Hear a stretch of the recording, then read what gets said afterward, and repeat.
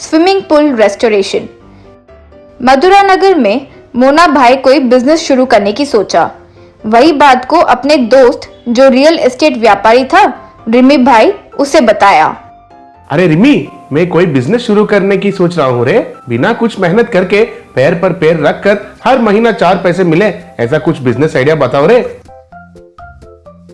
मन में रिमी भाई, अरे मस्त बकरा मिला है रे, इसे वो खराब हुआ स्विमिंग पूल किसी भी तरह खरीदवाना होगा। सोचकर मोना भाई से रिमी भाई, तुम्हारे मुताबिक कुछ देखूं तो तुम स्विमिंग पूल को शुरू करोगे तो लगता है सही होगा रे। जितना मुझे समझ आता है तुम्हें कोच की जरूरत भी नहीं पड़ेगी, क्योंकि तुम खुद एक बड़ा स्विमिंग चैंपियन हो। सुबह शाम 100 स्टूडेंट्स को तैरना सिखा दो, बस पैसे अपने आप आकर तुम्हारे अकाउंट में गिर जाएंगे।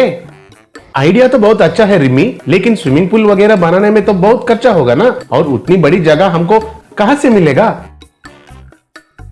हाँ, वो सब तुम मुझ पर छोड़ दो। वैसे तुम जो कह रहे हो वो भी सही है। एक काम करते हैं, कोई पुराना स्विमिंग पूल को लेकर उसका रिस्टोरेशन करवा के उसमें अपना बिजनेस शुरू करते हैं तो अच्छा होगा ना। तो फिर किस बात की देर, वो पुराना स्विमिंग पूल कहाँ है देखो, उसका रिस्टोरेशन करवाते हैं। कहती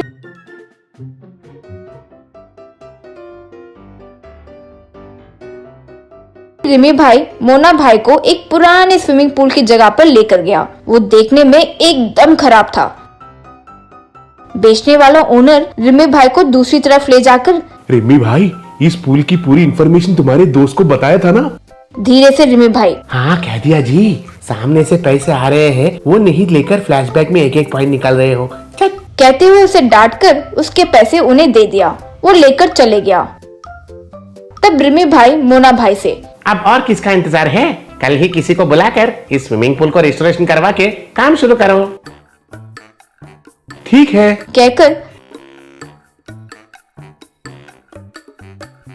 फिर स्विमिंग पूल रेस्टोरेशन करने वाले राजा सिंह को बुलवाया। वो ये पूल देखते ही राजा सिंह, अरे मोना भाई, तुमने ये स्विमिंग पूल क्यों खरीदे? इसके पीछे बड़ी कहानी है। वो सब जानकर ही खरीदे हो क्या? अगर मुझे पता होता कि ये पूल है तो मैं तुम्हारे करीब भी नहीं आता था।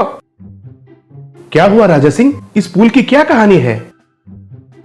राजा सिंह बोलना शुरू किया। कई साल पहले ये पुल जब बना तो खूब चलता था, बिल्कुल भी खाली नहीं रहता था। वो ओनर पर तो पैसों की बरसात होती थी। एक दिन एक पीवट बहुत ज्यादा पीकर उस नशे में प्यास की वजह से इस स्विमिंग पूल में पानी पीने के लिए उतरा था। बस वो सांस नहीं ले पाया तो इसी में मर गया। इसलिए उसकी आत्मा इस स्विमिंग पूल में दिखने की वजह से स्टूडेंट्स आना बंद कर दिए। इसलिए इसके पूल में उसकी आत्मा है कहकर लोग मानते हैं।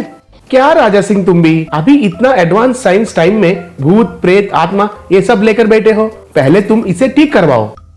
तो राजा सिंह उस स्विमिंग पूल को एकदम शानदार तरीके से रिस्टोरेशन करवा कर दे दिया। उसे देखकर खुश होकर मोना भाई, राजा सिंह, तुम बहुत महान हो भाई। देखो तुम्हारे हाथ लगते ही ये पूल कैसे चमक रहा है, एकदम नया दिख रहा है। ये लो पैसे लो, बहुत बहुत शुक्रिया।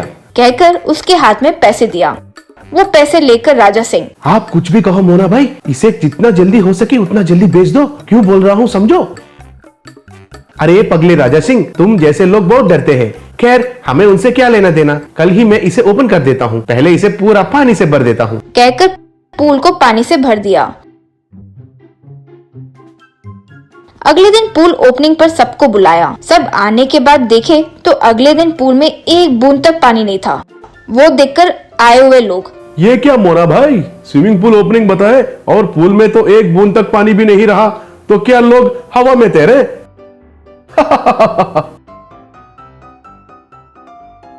वही मुझे समझ में नहीं आ रहा है जी।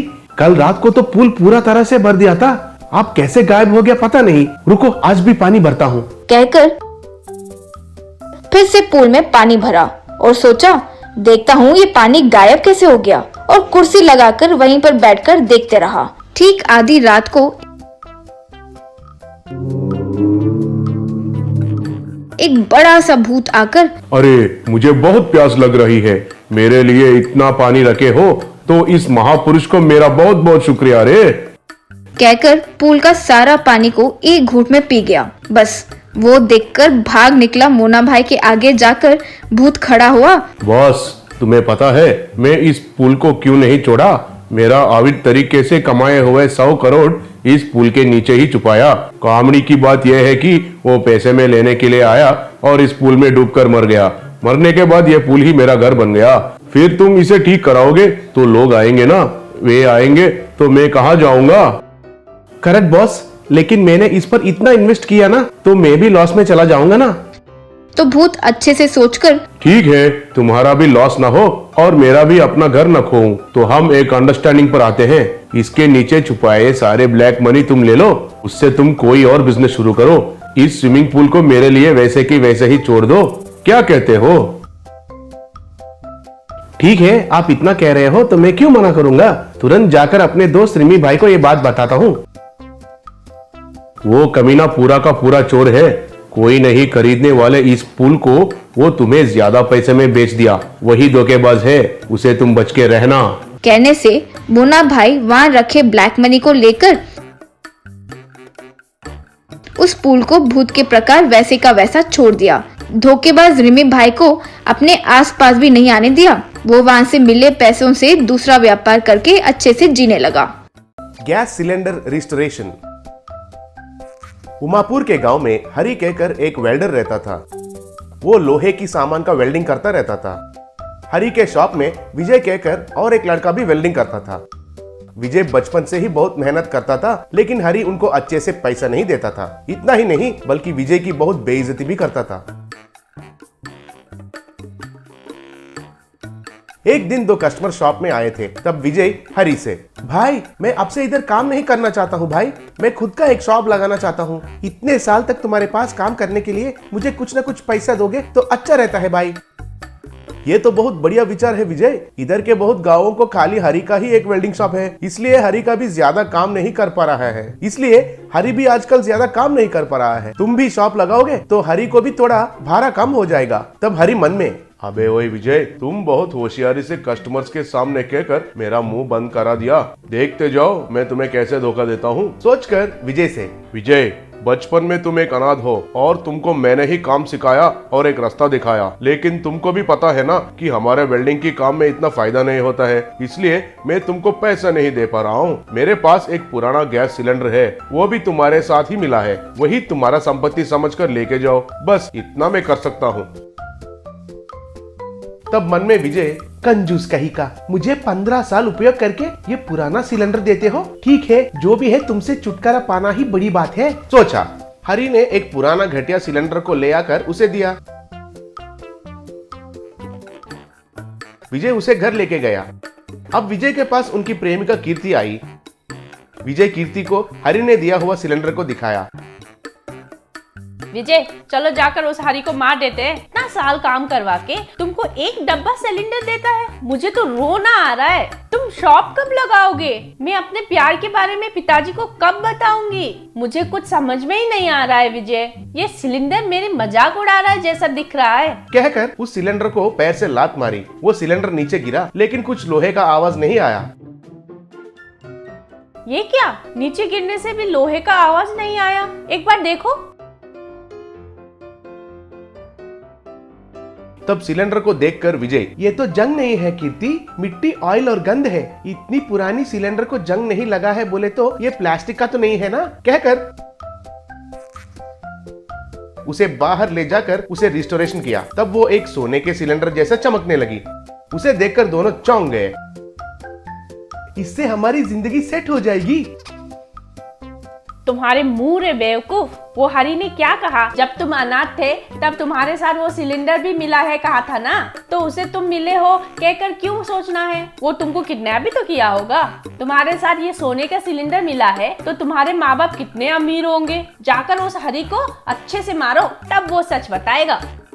तब विजय और कीर्ति दोनों मिलकर हरि के शॉप के पास गए थे। उधर एक 10 साल का बच्चा, मुझे मेरे मम्मी पापा चाहिए, मुझे मम्मी पापा के पास लेके जाओ कहकर रोने लगा। उनको देखकर बच्चे से विजय, बेटा कौन हो तुम, क्यों रो रहे हो?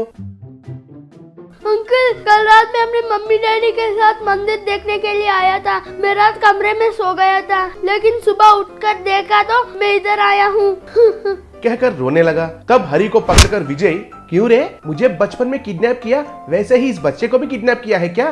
तो तुम्हारे जरूरतों को पूरा करने के लिए बच्चों को किडनैप करते हो, बदमाश कहीं का, कहकर उसको खूब पीटने लगा। अरे विजय, क्या बक रहे हो? मैं किडनैप क्यों करूंगा? कह रहा था, तब उधर पुलिस आए और हरी को पकड़कर खूब पीटे।